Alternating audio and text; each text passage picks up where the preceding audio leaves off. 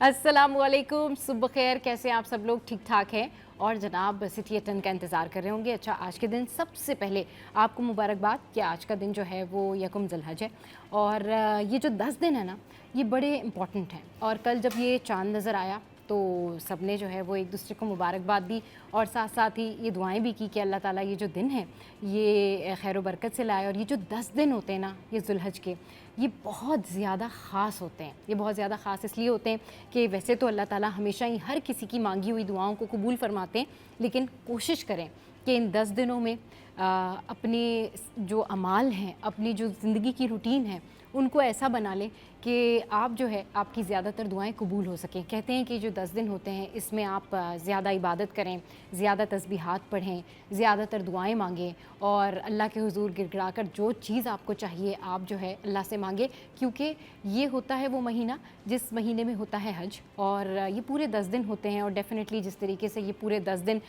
लोग जो है वो सुन्नत इब्राहिमी की पैरवी करते हुए कुर्बानी भी कर रहे होते हैं और फिर घरों में जो है खुशियों का माहौल भी होता है।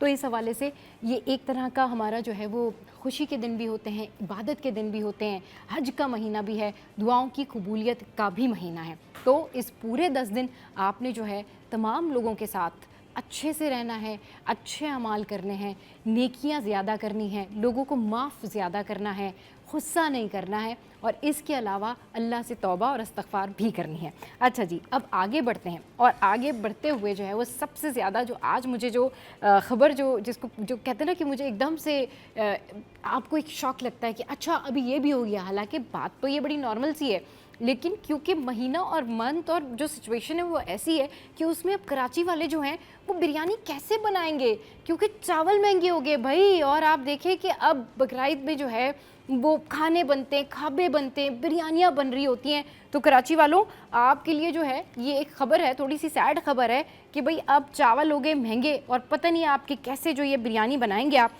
तो महंगाई का राज है जी, चावलों की कीमतों में इजाफा हो गया है। सुपर बनास्पति चावल जो है वो 25 से 30 रुपए किलो महंगा हो गया है और चावलों की कीमतें 15 से 20 दिनों के दौरान बढ़ी हैं। बढ़नी तो थी क्योंकि उनको पता है कि भाई बड़ी ईद आ रही है। अच्छा जी, हमारे पास जो वैरायटी है ना, पाकिस्तान चावल का बहुत बड़ा एक्सपोर्टर है। हमारे पास जो सुपर बनास्पति है, हमारे पास बनास्पति है, सेला है। इसके अलावा ये जो सुपर बनास्पति है ना, इसका जो नटी फ्लेवर है, यानी इसका जो फ्लेवर होता है, इसका जो अरोमा होता है ना, वो बटरी होता है, या फिर आप इसको कह सकते हैं कि बड़ा डिफरेंट होता है और ये पूरी दुनिया में मशहूर है। मतलब हमारा जो चावल है वो उसकी धूम है पूरी दुनिया में और लोग कहते हैं एक्सपोर्ट ज़्यादा हो रही है, इस वजह से जो है वो यहाँ पर थोड़ी शॉर्टेज होती है और फिर चावलों की कीमतें जो हैं वो आसमान से बातें करती हैं। अच्छा, ये जो मेन प्रोड्यूसर है ये पंजाब है, इसके अलावा जो है खैबर पख्तूनख्वा है और फिर सिंध में भी जो है वो चावल प्रोड्यूस होते हैं। लेकिन अब यही कहा जा रहा है कि पंजाब में चावलों की जो पैदावार है, पैदावार में इस्तेमाल होने वाले माल की जो कीमतें हैं वो भी एक वजह करार दी जा रही हैं। तो भाई चावल हो गए महंगे, अब कराची वाले जो है वो कैसे बनाएंगे बिरयानी और किस तरीके से जो है वो सारा कुछ होगा, लेकिन बनानी तो पड़ेगी। खैर, let's hope for the best कि कीमतें जो हैं इसकी सस्ती हो जाएं।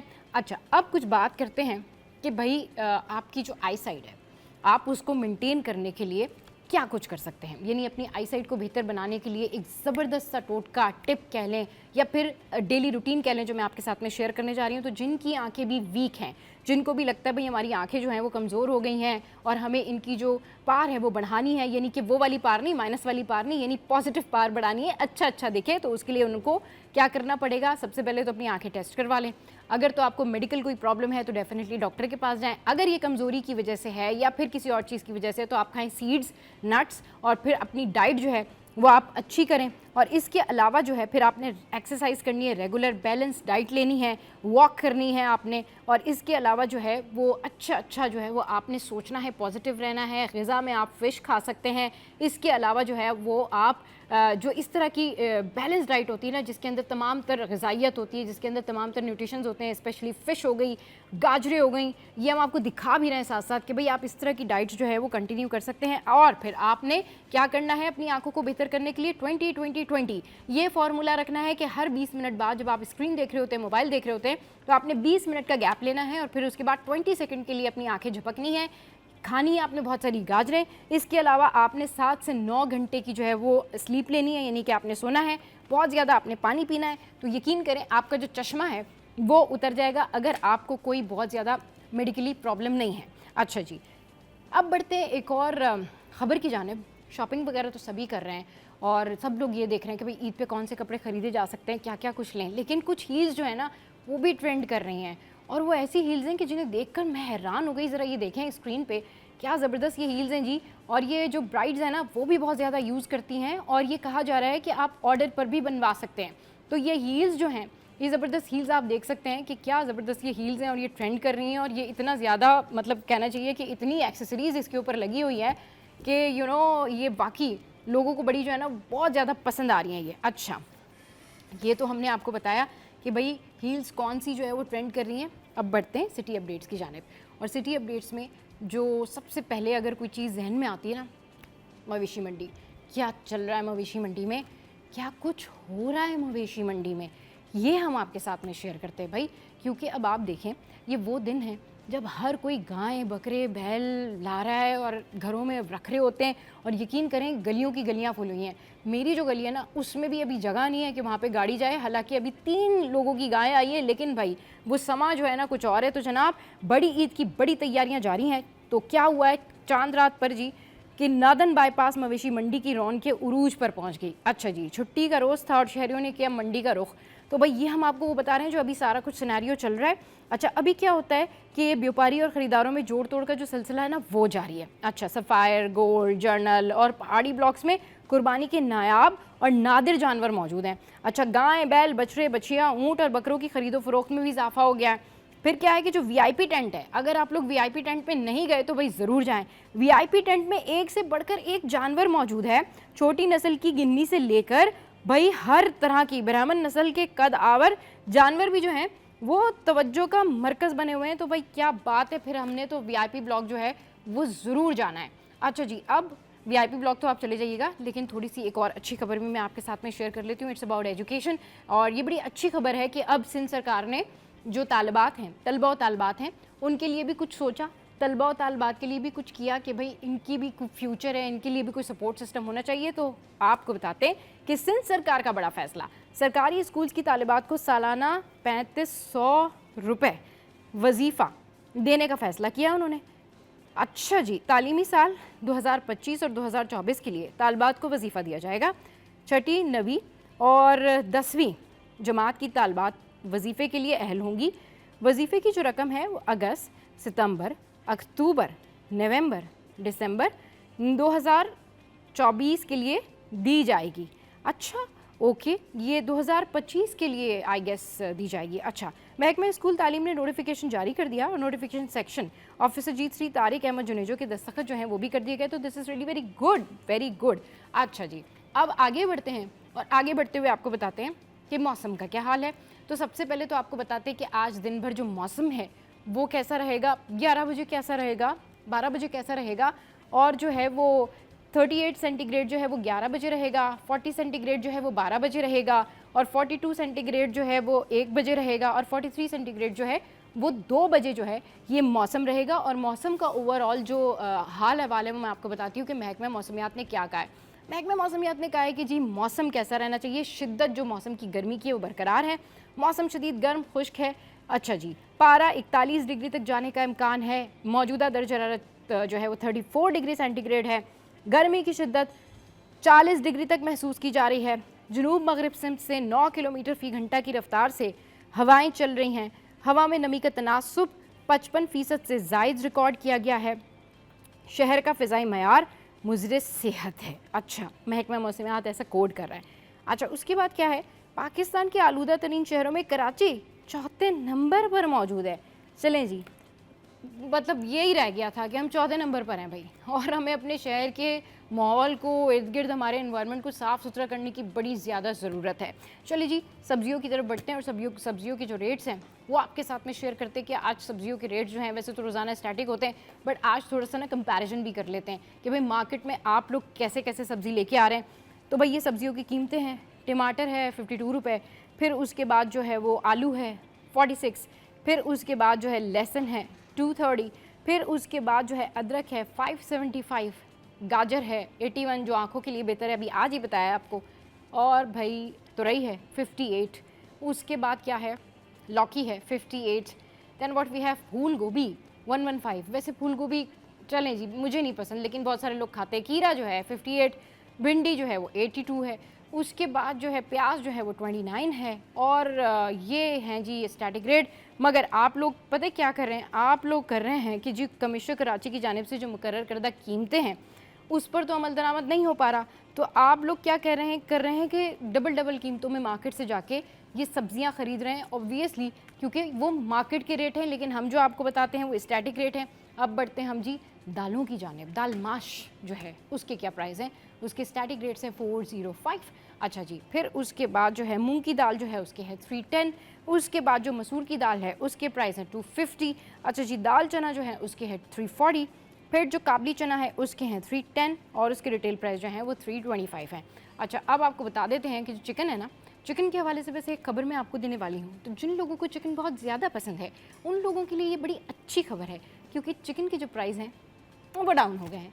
और चिकन के प्राइस जो हैं वो डाउन होने की वजह यही है कि अब बड़ी ईद करीब आ रही है, और जब बड़ी ईद करीब आती है तो यूजुअली चिकन के प्राइस जो हैं वो डाउन हो जाते हैं। और हमारी स्क्रीन पर आप देख सकते होंगे कि पॉप हो रहे हैं यहाँ पर एग्स के रेट, और फिर चिकन जो है उसके क्या प्राइजेज़ हैं, और फिर इसके अलावा मटन जो है उसके क्या प्राइस हैं।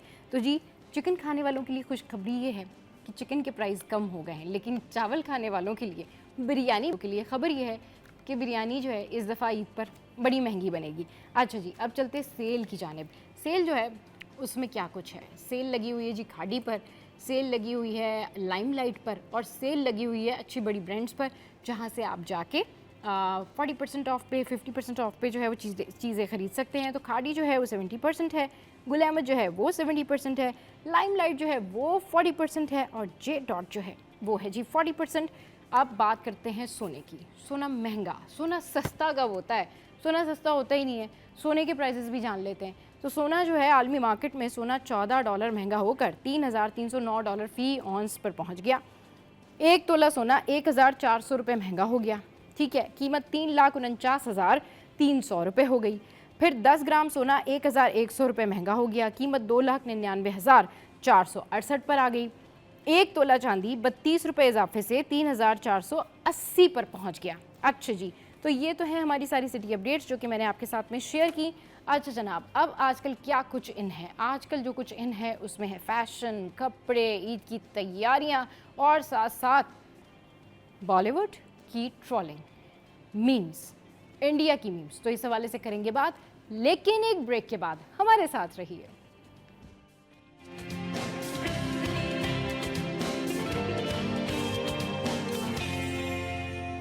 Welcome back. तो जनाब, अभी आपके साथ में खबर शेयर करते हैं। ये खबर मेरे लिए बड़ी शॉकिंग थी, क्योंकि ये खबर सुनने के बाद मुझे लगा कि शायद दुनिया में ना बस अब है ही चोर बाज़ारी, कुछ रहा ही नहीं है। भाई, ये खबर है आबे ज़मज़म से रिलेटेड। एक बंदा है यूएई में जो कि पकड़ा गया। वो क्या करता था कि जो आबे ज़मज़म है, यानी कि नॉर्मल पानी बॉटल्स में भरकर आबे ज़मज़म कहकर इसको फ़रोख्त कर रहा था। मतलब आप सोचें, इमेजिन करें कि एक तो कितना बड़ा गुनाह और कितनी बड़ी चोर बाज़ारी है, और जो लोग इससे पानी ख़रीद रहे थे, इमेजिन करें कि वो लोग किस, मतलब उनका क्या हाल हुआ होगा जब उनको पता चला होगा कि भाई ये तो आबे ज़मज़म है ही नहीं।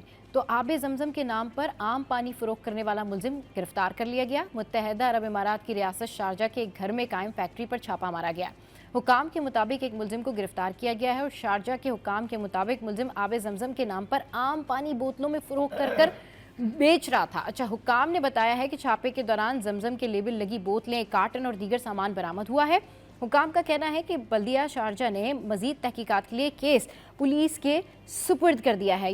इट्स अ बिग डील कि जी ये हालात हैं और ये सारा कुछ हो रहा है। अच्छा जी, अभी आपको एक और खबर दिखाते हैं। आज सुबह सुबह ही जैसे ही मैं बस गाड़ी में बैठी हुई थी तो मेरी नज़र पड़ी इस खबर पर। सिटी 21 ने ब्रेक की। ये पता नहीं कोई, ये जो ट्रॉलर वाले होते हैं, हम इनको किस तरीके से दिखाएं, किस तरीके से समझाएं, किस तरीके से इनका कानून बनेगा। किसी के बंगले में ये ट्रॉलर वाला जो है उसने उनके बंगले की दीवार को डैमेज कर दिया। ज़रा ये तस्वीर आप देखें कि ये वो तस्वीर हैं। ये डिफेंस का इलाका है जहाँ पर ये डंपर जो है उसकी तेज़ रफ्तारी के ये मामलात हैं, जिसकी वजह से आप देखें ये किसी का बैंगलो है और उसके बैंगलो की जो दीवार है वो इन्होंने डैमेज कर दी है। और ये सुबह ये वाक़या पेश आया है। मतलब जो ये किन हालात में ये ट्रॉलर चलाते हैं, क्यों इनको इतनी तेज़ रफ्तारी करनी होती है। और जो अब खबरें सामने आ रही हैं वो ये आ रही है कि जो वो बता रहे जो इसका ब्रेक था वो फेल हो गया था। तो ये तो हमने आपको मनाजिर दिखाए। इस वक्त हमारे साथ स्टूडियोज़ में मौजूद हैं ब्यूरो चीफ कराची अशरफ भाई और सीनियर करस्पॉन्डेंट जो है हमारे आजिज़ भाई। अस्सलाम वालेकुम, वेलकम टू द शो। कैसे हैं आप लोग? ठीक ठाक हैं? जी, आप कैसी हैं? सुबह सुबह के मैं कोई और ख़बरें करूं, लेकिन उससे पहले आप देखें कि ये जो खबर सामने आई है, ये डंपर और तेज़ रफ्तारी, मतलब जितना हम लोग ये सोचते हैं ना कि भाई ये खबरों से हमारी जान छुट जाए, शहर में ये वाक़यात बंद हो जाएं, लेकिन ये वाक़यात जो है वो बंद नहीं होते और ये खबरें रोज़ाना आती हैं और हम आपको रोज़ ऑलमोस्ट अपडेट कर रहे होते हैं। जी सब जब हमने ये बैक टू बैक इसके ऊपर मैंने समझ लें मुहिम चलाई City21 में, और माशाल्लाह से सारे चैनल से पहले कोई भी इंसिडेंट होता था तो हम फ्रंट फुट पे होते थे। पूरी टीम हमारी क्राइम रिपोर्टर 8 लोगों की टीम है, चाहे सुबह हो या इवनिंग की टीम शिफ्ट में हो, लेकिन हमने वही कंसर्न किया। फिर हमने बैक टू बैक वो आई भी हमसे भी पूछा, फिर उन लोगों ने फ़ोन किया तो उनको बताया। मैंने कहा आप ये देखें ना कि डंपर जो होता है उस पर लोड होता है, और लोड का मुराद यानी कि उतना हैवी इंजन होता है कि वो लोड के बाद उसको रोकने हाइड्रोलिक ब्रेक्स होते हैं, नॉर्मल ब्रेक नहीं होते हैं। और ये ब्रेक है ना जो क्योंकि मैं चढ़ के इसको पूरा इन्वेस्टिगेट किया तो डबल पंपिंग जो है ना, यानी आप नॉर्मल गाड़ी चलाते हैं जो हाइड्रोलिक ब्रेक वाली होती है तो हम मारें तो बहुत जल्दी रुकती है। इसका लोड की वजह से इसके ब्रेक में डबल हाइड्रोलिक लगे हुए होते हैं। जैसे मैं बताऊं, कभी गाड़ी के पास होती है, शीशा खुला हुआ है आपका, वो बहुत तेज एयर की आवाज़ आती है सक करके ना, जी। जो वो हाइड्रोलिक काम करता है उसके ऊपर ये रुकती है ना, वो एयर प्रेशर वो लीक करते हैं क्योंकि इतना ज़्यादा होता है उसको रोकने के लिए। जी।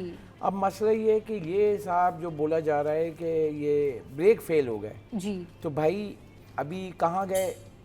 DIG साहब हमारे पास आए थे, 1915 बताया था, कहाँ गए मुतलका इंतज़ामिया, कहाँ गए वजारत ट्रांसपोर्ट, कहाँ गए ये तमाम जो फिटनेस सर्टिफिकेट? मेन ये कि इनका ये हुआ था, आजिज़ भाई भी इसको इंडोर्स करेंगे, जो मीटिंग हुई थी उसमें कहा था 30 किलोमीटर की स्पीड हो गई। ये थी आजिज़ भाई, 30 किलोमीटर से ऊपर नहीं होंगे। इट्स मीन कि ब्रेक फेल भी होंगे ना 30 किलोमीटर पर गाड़ी रुक जाएगी।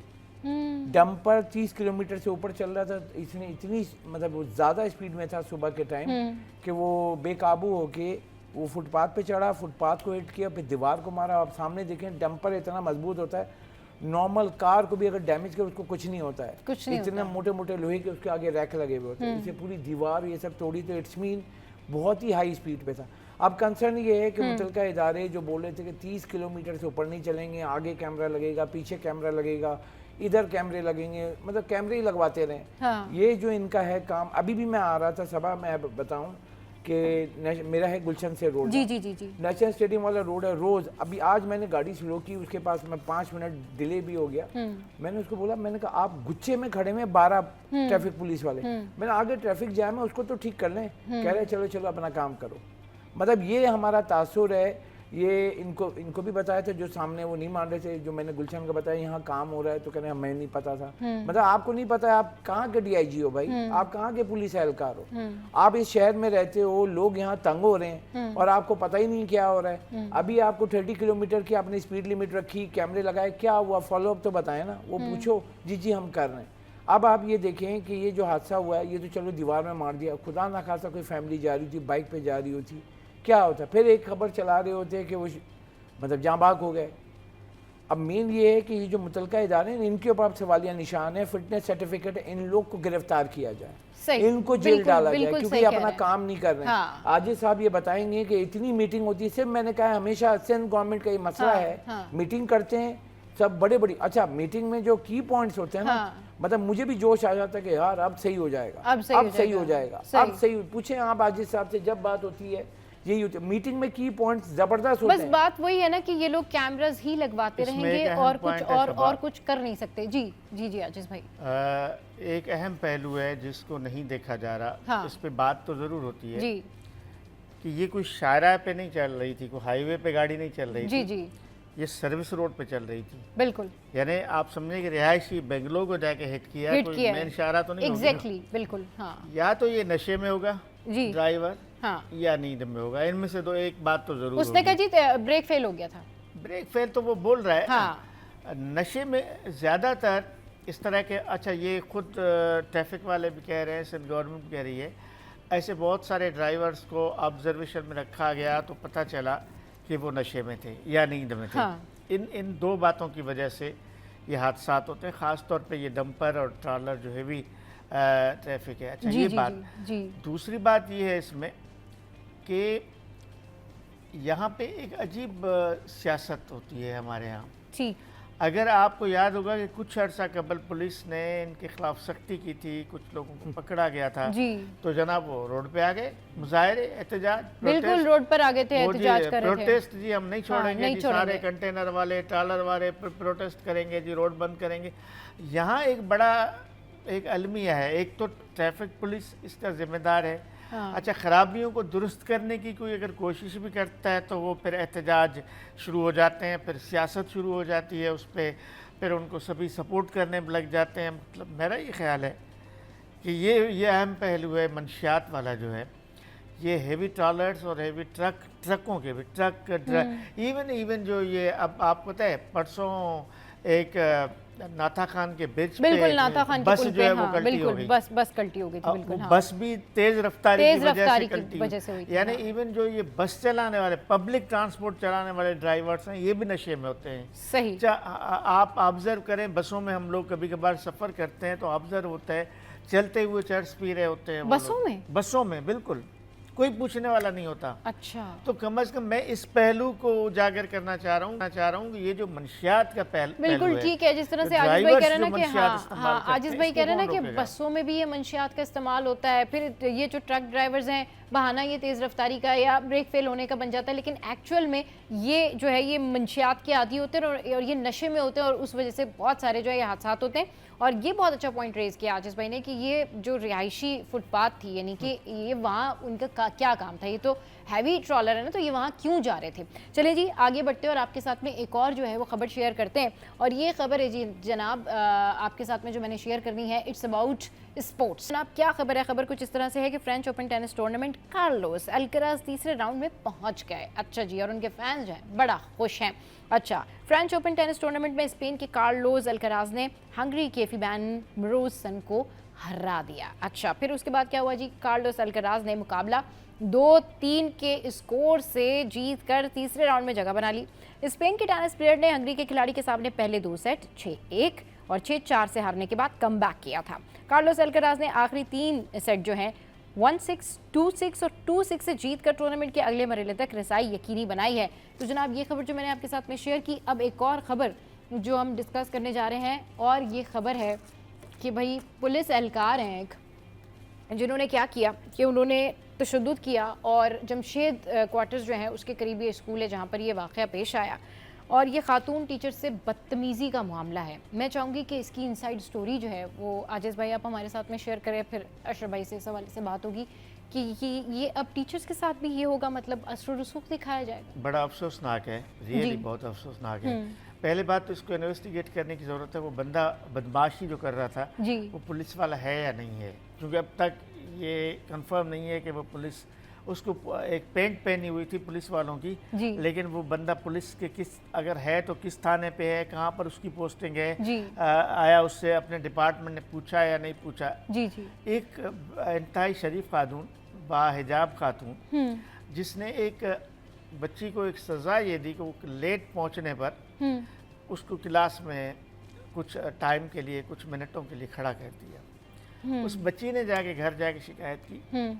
उसके बाद उस बच्ची की वालिदा और वालिद, वो जो बदमाश शख्स, वो आया वहाँ स्कूल के अंदर, क्लास रूम के अंदर उधम मचाई। सिर्फ एक खातून टीचर नहीं, कई खवातीन टीचर्स को मारा है, धक्के दिए हैं, उनके कपड़े फाड़े हैं, और बाकायदा जिस तरह कोई इलाके का जो बदमाश होता है, जो बाकायदा दंदनाते फिरता हो, उस तरह वो गया है स्कूल में और असातिज़ा को गालियाँ दी हैं, ख़वातीन असातिज़ा पे तशद्दुद किया है।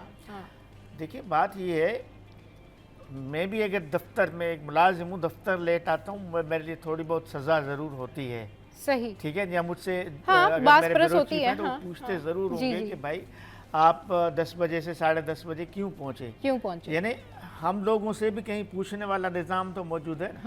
अब वो ज़माना तो गया कि असातिज़ा बहुत सज़ाएं देते थे, मारते थे, वो पुराना दौर था। हमने तो उस दौर में पढ़े हैं जब असातिज़ा फिज़िकली स्टूडेंट्स को मारते थे, बहुत मारते थे। इस डर की वजह से स्टूडेंट्स बहुत लेट भी नहीं आते थे और अपना होमवर्क भी करते थे। लेकिन आजकल तो वो दौर नहीं रहा।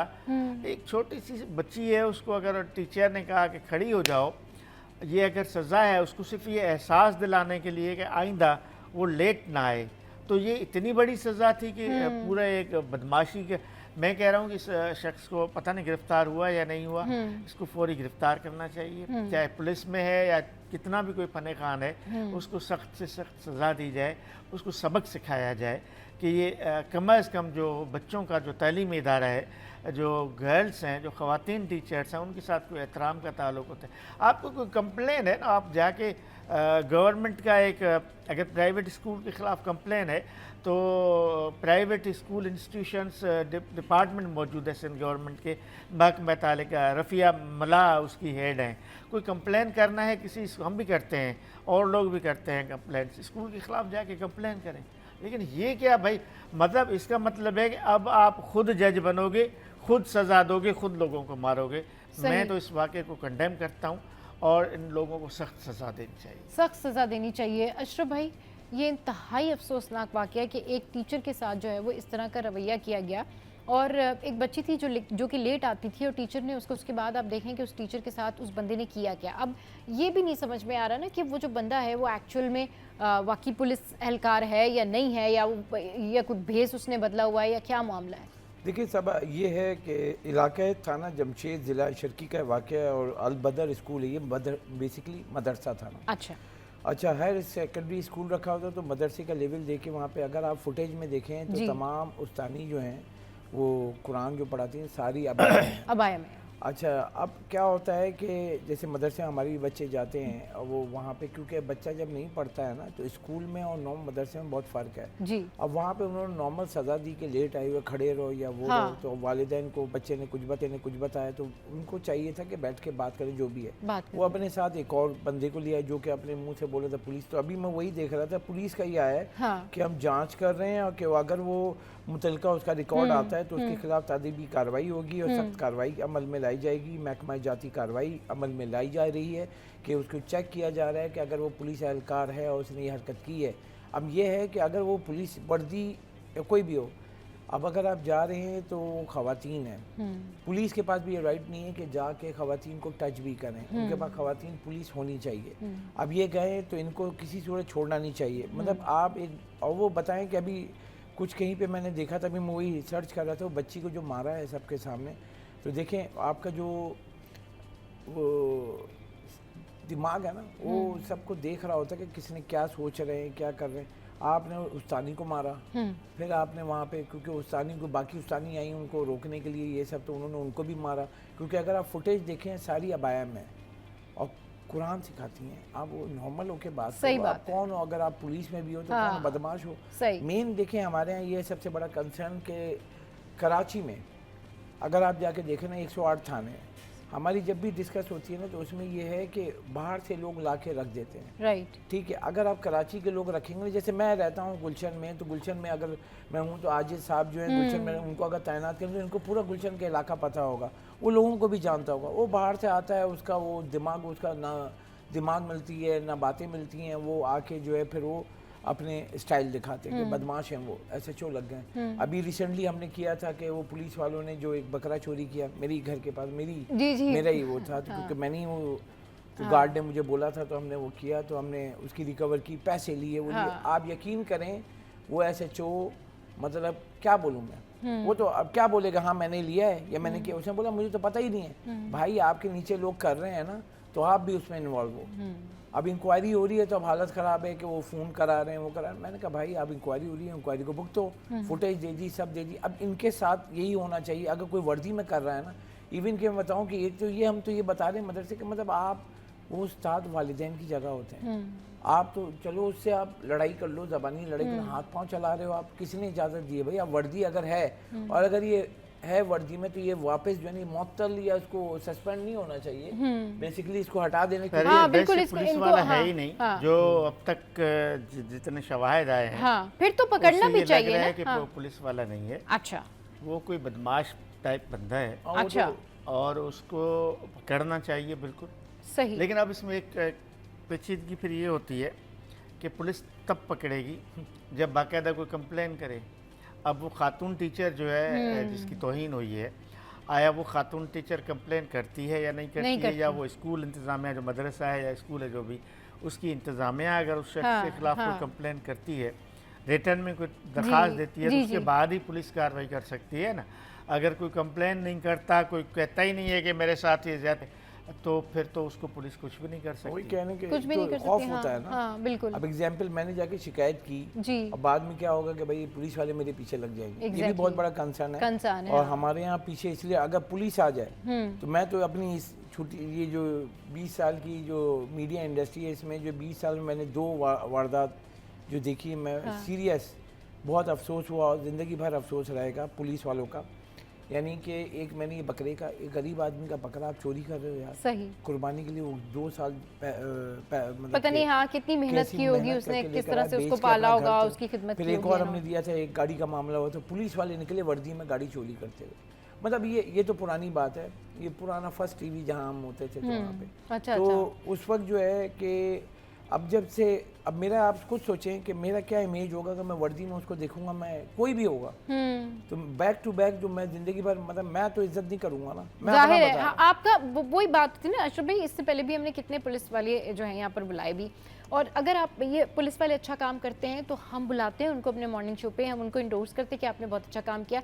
लेकिन हमेशा मैंने एक ही सवाल उनसे पूछा है कि भाई आप लोग आवाम के और अपने दरमियान एतमाद का, भरोसे का, ट्रस्ट का रिश्ता कैसे कायम करेंगे? आजिज़ भाई कोई ये खुद भी कोई कुछ कर लेना ताकि लोगों का इन पे एतमाद बहाल हो जाए। अगर आपका मोबाइल चोरी हो गया, यानी अगर मेरी कोई चीज़ चोरी हो जाए, यकीन करें मैं तो कभी पुलिस में रिपोर्ट नहीं लिखवाऊंगी, क्योंकि मुझे पता है कि कोई फायदा भी नहीं है और उल्टा वो आपसे की इन्वेस्टिगेशन शुरू कर देंगे, ऐसे लगेगा कि पता नहीं हम ही कोई चोर है। मेरे साथ 2 बार हुआ कि मोबाइल छिने, हाँ, तो यही बोला गया कि जी FIR करवाएं। जी, मैंने उनको कहा जी मोबाइल वापस करवा के दें। सही। अब FIR करवाने का मतलब है मोबाइल फोन तो छिन गया और उसका बहुत ही कम इम्कान होता है कि वो वापस मिले। लेकिन आप FIR करके आप उस मुकदमे को भुगतें फिर, यानी वो मुकदमा होगा, वो कोर्ट कचहरी में जाएगा, वो फिर FIR के बाद वो फिर मतलब आप बुलाएंगे, फिर टाइम जाया होगा, जो चीज मांग रहे हैं वो मिलेगी नहीं, सिर्फ ख्वारी। इस वजह से लोग FIR नहीं करवाते बहुत सारे वाकयात में। ये अशरफ भाई ने ठीक कहा है कि बहुत सारे मामलात में FIRs नहीं होती हैं। FIR नहीं होती हैं, फिर उसका कोई परसूब कोई नहीं करता। वो इसलिए उनको पुलिस के बड़े-बड़े अफसरान आके क्या कहते हैं, पिछले साल के मुकाबले वारदातें कम हुई, पिछले साल को भाई रिपोर्ट ही नहीं करते लोग। ये सारा जो है ना वो इश्यू होता है। अच्छा जी, चलिए जी, यहाँ पर वक्त हुआ है एक ब्रेक का, और ब्रेक के बाद फिर जब वापस आएंगे तो डीके टॉप स्टोरीज जो है वो कंटिन्यू करेंगे।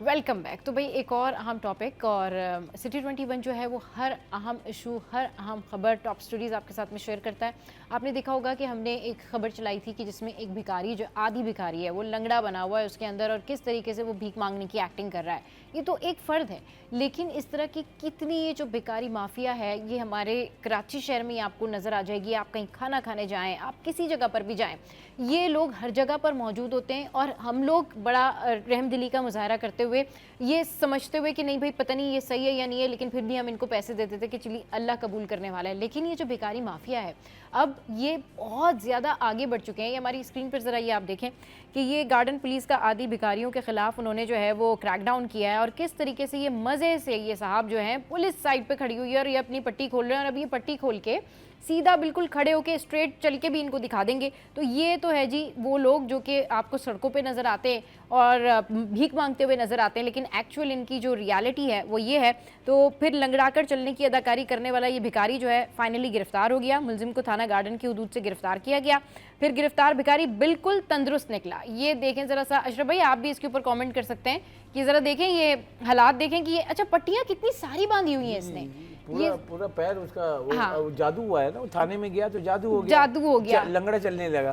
लंगड़ा चलने लगा वो। तो ये ईद उल अज़हा जैसे ही करीब आई है ना, तो फिर ये नौसरबाज भी निकल आए। तो अब ये सारे लोग वो हैं जो कि आदि भिखारी हों या फिर ये इस तरीके से जो हरकतें करते हैं। अब इस मुलजिम के खिलाफ हुआ है मुकदमा दर्ज, अस्पतालों और बाजारों में भी जो है ये भीख मांगता था। तो ये तो सूरत हाल है अशरफ भाई, ये एक माफिया है। हाँ। क्योंकि कराची मतलब सबसे बड़ी आबादी वाला शहर है इस मुल्क का, मर्दमशुमारी से कहते हैं, मैं भी हैरान होता हूँ, 2 करोड़ की आबादी है। वैसे अगर देखें तो 35 लाख, मतलब एक खाना शुमारी होती है कि मर्दमशुमारी, 35 लाख मकानात हैं।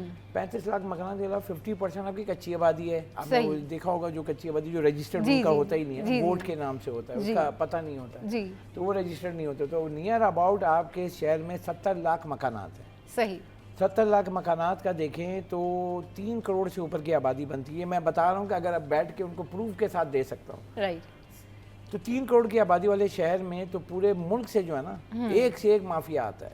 सही, एक से एक माफिया आता है। एक आप जाए, मतलब मैं लाहौर भी गया हूँ, इस्लामाबाद भी जाता रहता हूँ, मुझे कहीं जो है ना, ये ऐसे बिजनेसमैन, मैं बिजनेसमैन बोलता हूँ कि ना इनका दुकान है, सही, ना इनकी इंडस्ट्री है, राइट, ना इनको कुछ करना है, ना कोई ठेला है, ना कुछ है, ऐसी एक्टिंग करेंगे ये। और पूरे शहर में बताऊँ, मैं तो गुलशन 13D में जो रब मेडिकल है, उसके सिग्नल पे 12 भिखारी, 12 भिखारी होते। मैंने उदिया भी हमने चलाया, बल्कि रेस्टोरेंट के तरफ भी आप चले जाएं तो आपको भिखारियों की तादाद इतनी ज्यादा मिलेगी। कल कहीं बताऊं, मेरी बेटी साथ थी, तो चीजें लेने निकले हम लोग, तो उनके बेटी, बाबा, छोटी छोटी बच्चियां आके वो कहने, बाबा इसको कुछ दे दें बेचारी वो। मैंने कहा कुछ लेके दे। अब वो बोल रही, उसको मना नहीं करता हूँ, मैंने दिया, एक को दिया, 5 आ गए।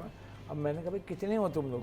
वो रोड के इधर अलग ग्रुप था, रोड के उस तरफ, यानी ये जाने वाला था, एक आने वाला था, तो 6-6-12 का प्लेटून जो है ना, पूरा माफिया घूम रहा था।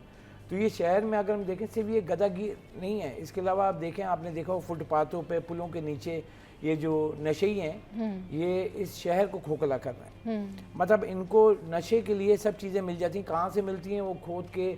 अभी तो बहुत जल्द, ये तो इग्नोर कर रहे हैं ना मुतल्लिका इदारे, बहुत जल्द मैं आपको दोबारा, हम अपने इस प्लेटफॉर्म से मैं बोल रहा हूँ, बहुत जल्द आप देखें खंबे गायब हो जाएंगे इस शहर से।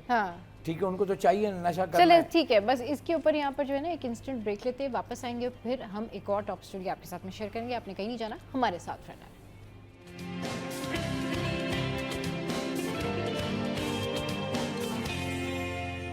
Welcome back. तो जनाब एक और स्टोरी आपके साथ में शेयर कर लेते हैं। आम खबर सिंध हाई कोर्ट के हवाले से, सिंध हाई कोर्ट में आम केसेस की समाअत होंगी। ये केसेस कौन से, इनकी डिटेल्स मैं आपके साथ में शेयर कर देती हूँ। अच्छा जी, रेगुलर और आइनी बेंचेस के रूबरू मुख्तलिफ केसेस समाअत के लिए मुकर्रर किए गए हैं। लापता अफराद, गैर कानूनी तामीरात समेत अहम केसेस की समाअत होगी।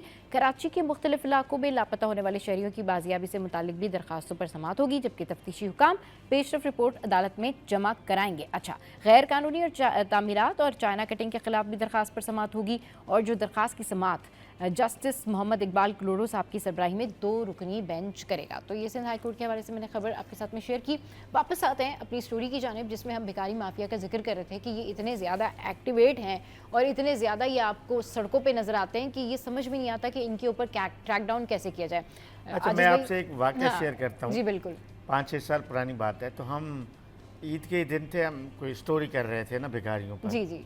कैमरा लेके मुख्तलिफ उनकी। अच्छा, एक तो ये कैमरा से इतना भागते हैं। अच्छा, हमने देखा एक अंधा बैठा हुआ है ना भिखारी, बिल्कुल फुटपाथ पे बैठा हुआ है। हाँ। तो कैमरामैन ने कैमरा निकाला और उसकी रिकॉर्डिंग शुरू।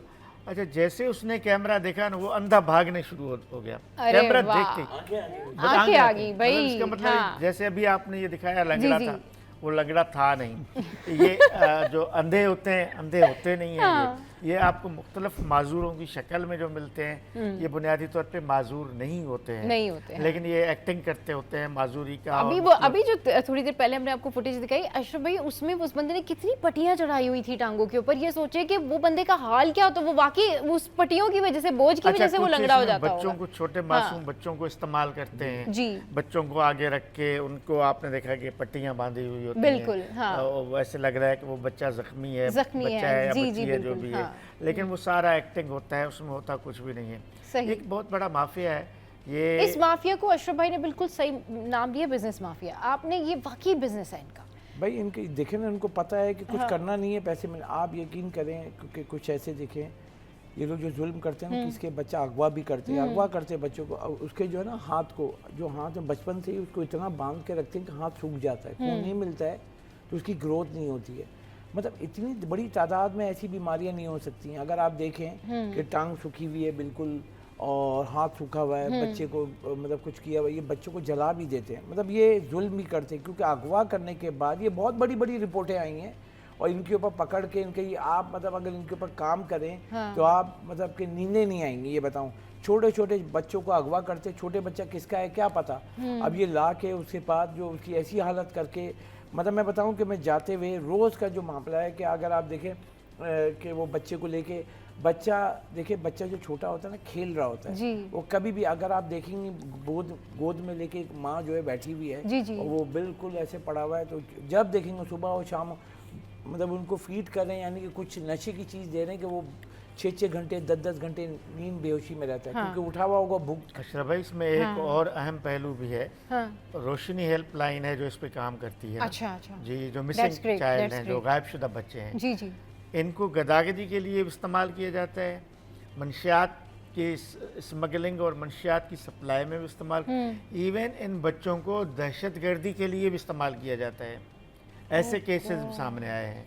ये बड़ा भयानक सूरत हाल होती है। सही कह रहे हैं, ये बड़ी भयानक सूरत हाल होती है और इसके ऊपर क्रैकडाउन वाकई करने की ज़रूरत है कि इन बच्चों को पता नहीं कहाँ कहाँ इस्तेमाल किया जाता है। अच्छा, हमारे शो पर जो है वो अशरफ भाई आए और आजिज़ भाई आए, आपका बहुत शुक्रिया। और आज जो हमने टॉप स्टोरीज़ जो है वो आपके साथ में शेयर की। अब लेंगे हम हेडलाइंस ब्रेक, और हेडलाइंस ब्रेक के बाद जब हम वापस आएंगे तो फिर दीगर टॉप स्टोरीज़ और करंट स्टोरीज़ के ऊपर गुफ्तगू करेंगे और साथ साथ हमारा जो शो का टॉपिक है वो भी कंटिन्यू करेंगे।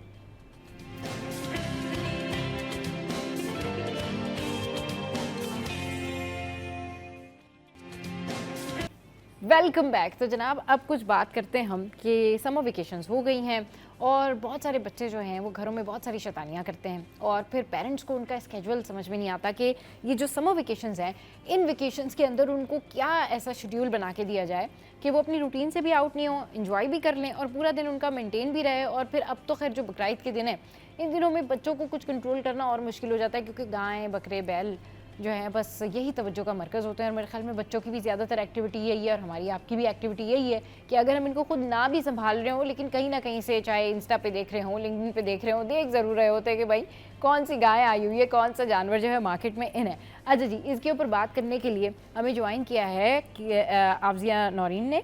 मैम हमारे साथ इस वक्त मौजूद हैं, एजुकेशनिस्ट हैं, और फिर हमारे साथ हैं ज़फ़र रज़ा। अस्सलाम वालेकुम, वेलकम टू द शो। कैसे हैं आप दोनों? ठीक ठाक हैं? अच्छा सर, सबसे पहले आप ये बताइए कि ये जो समर वेकेशंस हैं, इसके ऊपर बच्चों को किस तरह से ट्रेन किया जाए कि ये ट्रेनिंग जो है उनकी पूरा साल भी चले और पेरेंट्स को भी थोड़ा सुकून हो और बच्चे भी कुछ सीख जाएं। देखिए, सबसे बड़ा मसला ये होता है कि पेरेंट्स 10 महीने तक सुबह जल्दी उठ के इतने परेशान हो जाते हैं कि फिर वो ये सोचते हैं कि यार 2 महीने जो है ना वो सुकून से उठे हैं, बच्चों को जल्दी नहीं है। उसमें ये होता है बच्चों का रूटीन खराब हो जाता है। सही। अच्छा, कुछ पेरेंट्स जो है वो ऐसे जो बहुत से बड़े ब्रांडेड जो स्कूल्स हैं वो समर प्रोग्राम्स भी रखते हैं, बहुत से बच्चे उनमें एडमिट करवा देते हैं, तो उससे उनका शेड्यूल जो है बड़ा, बच्चों का जो शेड्यूल है वो बड़ा ऑर्गेनाइज रहता है। सही। और बहुत से पेरेंट्स जो है वो बिल्कुल ही लापरवाह हो जाते हैं, ठीक है बच्चे पता नहीं क्या कर रहे हैं जी। अच्छा, अब ये जो इस वक्त स्कूलों में जो बच्चा है ना वो जनरेशन अल्फा का बच्चा है। सही। और ये जो बच्चा है ना ये बड़ा स्मार्ट है और स्क्रीन लवर है, यानी मोबाइल लवर जिसको आप कह सकते हैं। तो इन बच्चों को जो है वो हमें शेड्यूल करना, डिसिप्लिन करना बहुत ज़रूरी है। और हमें चाहिए कि हम उनको जो है इस तरह उनका शेड्यूल बनाएं, छुट्टियों में ख़ास तौर पे। अगर आप बहुत ज़्यादा पैसे नहीं भी स्पेंड करना चाह रहे, किसी बड़े ब्रांडेड जगह पे नहीं भेजना चाह रहे, तो आप ये कर सकते हैं कि बहुत सारे ऐसे ऑनलाइन कोर्सेज हैं एआई के जो आप कर सकते हैं। और बहुत ज़रूरी है जनरेशन अल्फा के लिए एआई सीखना। तो ऑनलाइन बहुत सारे फ्री कोर्सेज हैं, बहुत सारी वेबसाइट्स हैं, आप कर सकते हैं, वहाँ से आपको सर्टिफिकेशन मिलता है। प्लस आप उनको गेम्स में डालें, क्योंकि बच्चे अब खेलते कम हैं, ज़्यादातर वो मोबाइल लेके मोबाइल पे काम, फुटबॉल भी खेल रहे तो मोबाइल पे, क्रिकेट खेल रहे वो भी मोबाइल पे। तो बेहतर है कि उनको जो है, ठीक है आप सुबह देर से उठें, थोड़ा मसला नहीं है, लेकिन ये कि आप जो है बच्चों को एक तो ऑनलाइन कोर्सेज जी उसकी तरफ डालें, और दूसरा बहुत सारे फ्री कोर्सेज आपको मिल जाएंगे। और एआई बहुत ज़रूरी है, अब जो जनरेशन अल्फा आ रही है उसके लिए तो बहुत ही ज़रूरी है। और स्पोर्ट्स के लिए उनका बहुत ख्याल रखें कि भाई 2 महीने में स्पोर्ट्स जरूर है, क्योंकि ये जनरेशन जो है ना फिजिकली काम नहीं करती, हर चीज़ जो है ना सेलफोन, तो इनको बाहर निकाल के खेलना बहुत ज़रूरी है। उसके लिए बहुत से स्पोर्ट्स क्लब हैं, मोहल्ले में ग्राउंड्स होते हैं, वहाँ ले जाएं और बच्चों को खिलाएं।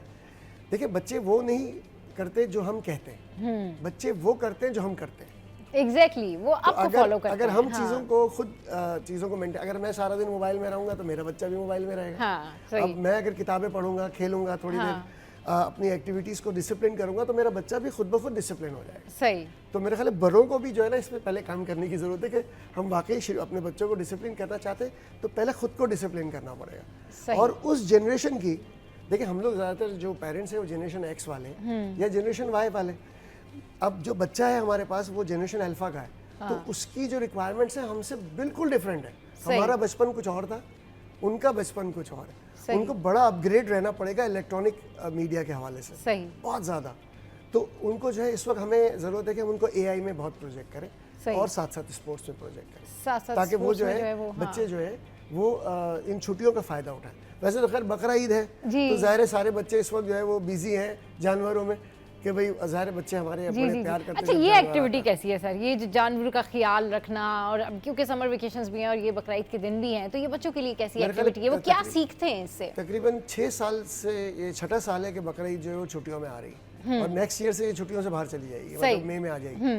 तो ज़ाहिर है बच्चों को एक लगाव होता है जानवरों से, लेकिन साथ साथ अभी आप ये देखें कुछ ऐसी बीमारियां भी आ गई हैं कि उससे डर भी लगता है। बिल्कुल। तो उसमें ये कि अगर बच्चे बहुत ज़्यादा जानवरों के साथ जो है इन्वॉल्व हो जाते हैं, लड़के खास तौर पर, वो बड़े बकरा गाय और बिल्कुल ऐसा भी हो रहा होता है कि बच्चे क्या करते हैं कि जहाँ जानवर बंधा हुआ होता है घर के बाहर, जो उन्होंने पूरा सेटअप लगाया होता है, ऐसे जैसे कि पता नहीं कोई मेहमान पार्टी हो रही है भाई, वो वहाँ पे गेम्स भी चल रहे हैं और वो तख्त भी बिछाए होते हैं और पे जो है ना सारी पार्टी हो रही होती है। सोते भी वही हैं वो लोग, एक एक के बाद एक, 1 बाय 1 उन्होंने जो है ना अपनी बारियां लगाई हुई होती हैं कि जी इतने घंटे ये वाला मेरा दोस्त हो जाएगा, उतने घंटे ये वाला दोस्त हो जाएगा। भाई क्या चल रहा है ये, इसके ऊपर मैं पूछ रही थी सर कि ये बाकी है बहुत अच्छी चीज़ है जानवरों के साथ और उनसे प्यार हो जाना। सही। और उसके बाद जो है जब उसकी कुर्बानी होती है तो बहुत बड़ी बात होती है कि जब आपका पसंदीदा जानवर आपने उसके साथ हफ्ता 10 दिन गुजारा और उसकी कुर्बानी दे रहे हैं, वो अपनी जगह बिल्कुल सही है, लेकिन हाइजीनिक कंडीशंस का ख्याल रखना चाहिए पेरेंट्स को खास तौर पर। सही। अल्लाह ना करे कि कोई ऐसी चीज़ जानवर, ज़ाहिर है जानवर है, कोई ऐसी बीमारी, कोई ऐसा प्रॉब्लम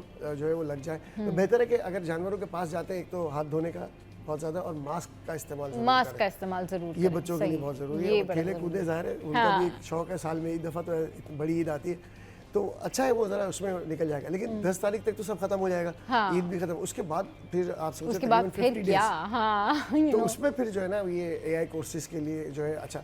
दूसरी चीज़, बल्कि तीसरी चीज़ जो मैं कहूँगा बहुत ज़रूरी स्पोर्ट्स और एआई के अलावा, वो ये कि देखिए आगे जितना हायर एजुकेशन है दुनिया में तकरीबन इंग्लिश में, सही, सब जगह अमेरिकन बुक्स यूज़ होती है। तो मैं जब CACC पढ़ाता हूँ तो मुझे सबसे ज़्यादा प्रॉब्लम इस बात से होती है कि बच्चे जो है इंग्लिश में बहुत वीक है, उनकी इंग्लिश की ग्रूमिंग इस तरह नहीं हो रही जैसे होनी चाहिए। अच्छा, वो बच्चे जो O लेवल्स करके आते हैं या A लेवल्स करके आते हैं वो फिर भी बेहतर है एज कम्पेयर टू मैट्रिक और इंटरमीडिएट से। तो इंग्लिश के कोर्सेज भी जो है ना उसमें बहुत तवज्जो दी जाए, क्योंकि आगे कोई भी सब्जेक्ट यानी इंटर के बाद आपको कोई भी सब्जेक्ट उर्दू में नहीं मिलेगा, राइट, सारे सब्जेक्ट जो है वो इंग्लिश में होते हैं। और सर सबसे बड़ी जो वजूहात जो मुझे पर्सनली लगता है कि हमारे यहाँ लोग ठीक ठाक इंग्लिश समझ लेते हैं और ठीक ठाक इंग्लिश बोलने की कोशिश भी करते हैं, लेकिन क्या उनके अंदर लैक करता है कि बेसिक उनको ना ग्रामर ठीक नहीं पढ़ाई जाती। जिन लोगों की ग्रामर अच्छी होती है, बचपन में जिन्होंने अच्छी ग्रामर पढ़ी होती है ना, वो बड़े होने के बाद उस फ्लुएंसी को जल्दी पिक कर लेते हैं। वरना यूजुअली क्या होता है कि आपने देखा होगा बहुत सारे स्टूडेंट्स समझ लेते हैं इंग्लिश, बहुत सारे स्टूडेंट्स तोड़ मरोड़ के बोल भी लेते हैं, लेकिन एक्चुअल में अगर उनके प्रेजेंट परफेक्ट टेंसेस बेहतर हों बचपन से, ये बचपन की बात हो रही है, तो वो बड़े होकर उन चीज़ों को जल्दी पिक करते हैं और उनको पता होता है कि जी हैड बीन कहाँ लगना है और हैज़ बीन कहाँ लगना है। तो ये बड़ा जो है ना एक थोड़ी थोड़ी चीज़ें होती हैं जो कि आपने अपने अंदर रखनी है और आपने इसकी नॉलेज रखनी है। तो सबसे पहले अगर ये बेसिक आप जो है ग्रामर अगर सीख जाएंगे ना, तो आपको जो दूसरी वाली इंग्लिश है वो डेफिनेटली समझ में आएगी, क्योंकि हमारी मादरी ज़बान तो नहीं है ये। तो इसके लिए थोड़े से कुछ उसूल होते हैं, कुछ प्रिंसिपल्स होते हैं जो कि आप कैरी करें। अब जी मैम, कैसे बच्चों की तरबियत करनी चाहिए समर वेकेशंस में?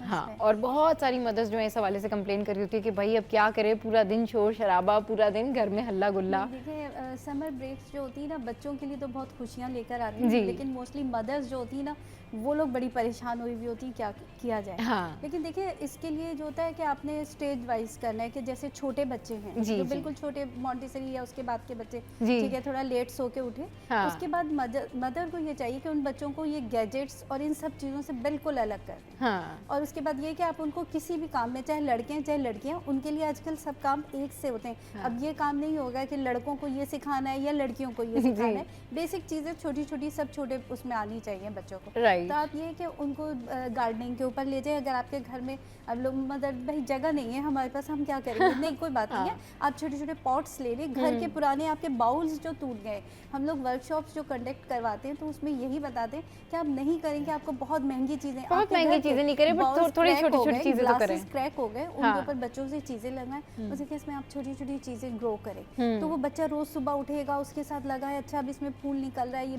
ग्रो कर रहा है पौधा, उसके साथ आप वो कर दें। फिर ये है कि आप उनकी चीज़ें मुख्तलिफ बनवाएं, डो है, मुख्तलिफ प्लास्टर ऑफ पेरिस है, इस तरह से उनसे चीज़ें बनवाएं बच्चों के, ताकि कि उनके अंदर ये जो गैजेट्स की दुनिया है उससे निकल के कुछ काम भी तो कर सके ना। सही, बिल्कुल ठीक कह रही हैं कि गैजेट्स की दुनिया से बाहर निकलना चाहिए, क्योंकि गैजेट्स की दुनिया में आप इमेजिनेशन तो कर सकते हैं, चीज़ों को देख तो सकते हैं, लेकिन आप एक्सपीरियंस नहीं कर सकते वो चीज़ें। अब जो पौधे पत्ते फूल आपको उस AI टेक्नोलॉजी के अंदर या आपकी गैजेट के अंदर, स्क्रीन के अंदर या रील के अंदर नज़र आ रहे हैं, वो डेफिनेटली आपने उसका एक्सपीरियंस ही नहीं किया। आपने सुना है, देखा है कि प्लांटेशन कैसे करनी है, लेकिन आपने कभी वो चीज़ खुद अप्लाई नहीं की। तो जब आपने वो चीज़ें अप्लाई नहीं की तो डेफिनेटली फिर वो आपके जहन में उस तरह से उसका एक्सपीरियंस भी नहीं है।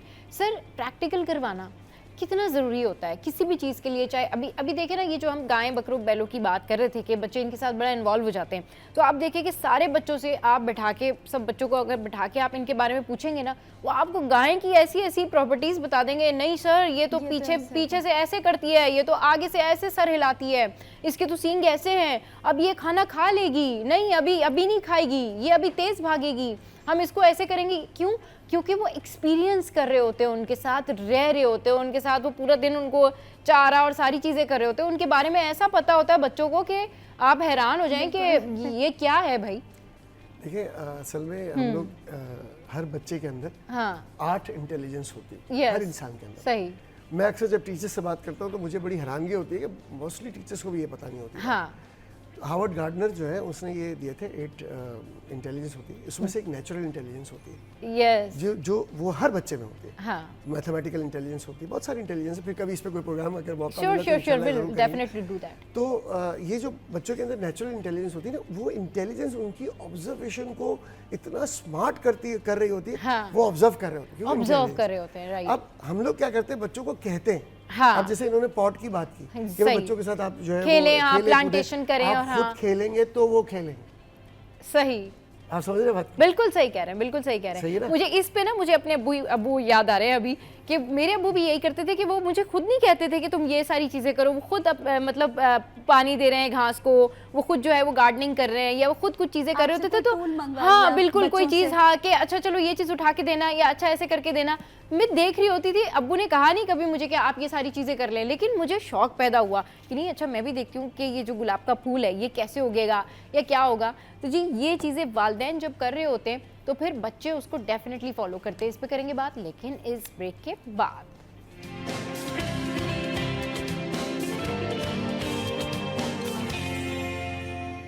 Welcome back. तो बात हो रही है कि समर वेकेशंस में जो है वो एक्टिविटीज़ बच्चों के लिए क्या होनी चाहिए और बच्चे कैसे वो एक्टिविटीज़ फॉलो करेंगे। अफजिया मैम, जिस तरीके से सर बात कर रहे थे कि आप जब तक खुद नहीं करते तो बच्चे आपके पीछे आपको फॉलो नहीं करते, क्योंकि इन दी एंड हम अपने पेरेंट्स को ही फॉलो कर रहे होते हैं और हम चुप चुप के भी देख रहे होते हैं कि भाई वो क्या कर रहे हैं क्या नहीं कर रहे हैं। हमारे जहनों में होता है, हम पढ़ भी रहे हैं तो हम देख रहे होते हैं अच्छा अम्मी क्या कर रही है, अच्छा अब्बू किधर है, या फिर भाई क्या कर रहा है, बहन क्या कर रही है। तो ये कहीं अनइंटेंशनली भी हमारे अनकॉन्शियस में भी ये चल रहा होता है कि हमारे घर का जो एटमॉस्फेयर है वो कैसा है।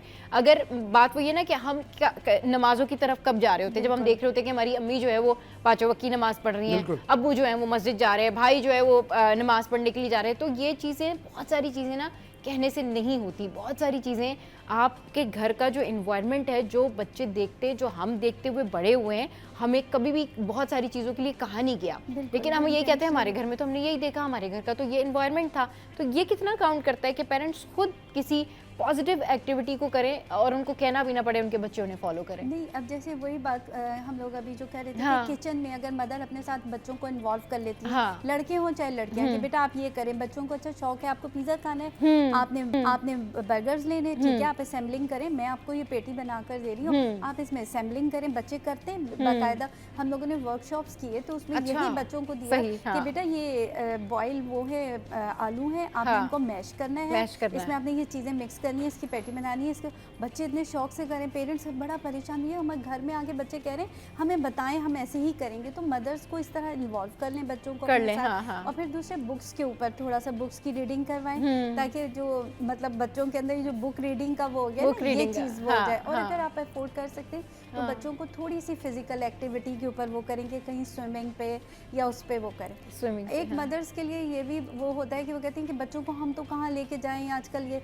नहीं, आजकल तो आपको इतनी ऑनलाइन आपके पास राइड्स होती हैं, आप बच्चों को लेके जाएं, दिखाएं उनको कि ये जो है कायदे आज़म का वो है, वो ठीक है उन्होंने पढ़ा है, लेकिन अब लेके जाना नहीं पसंद करते बच्चों को। वही ना कि ऑब्जर्वेशन खुद से करवाएं, करवाएं, आप उनको फेयर हॉल लेकर जाएं, आप यहाँ पे म्यूजियम है, कराची म्यूजियम है, उसमें लेके जाएं, कायदे आज़म हाउस है यहाँ पर आपके मेहरान होटल मेहरान के पास, आप वो लेके जाएं, वहाँ उनको चीज़ें दिखाएं कि ये कायदे आज़म की वो। तो इस तरीके से ना मतलब बच्चों को मदर्स खुद भी इंगेज कर सकती हैं। मदर्स को खुद भी चाहिए कि वो इस तरह के एक्सक्यूजेस ना दे, बच्चों को हाँ लेके जाएं। जो भी काम आप सिखा रहे हैं ना, उसमें बच्चों की हौसला अफजाई करें।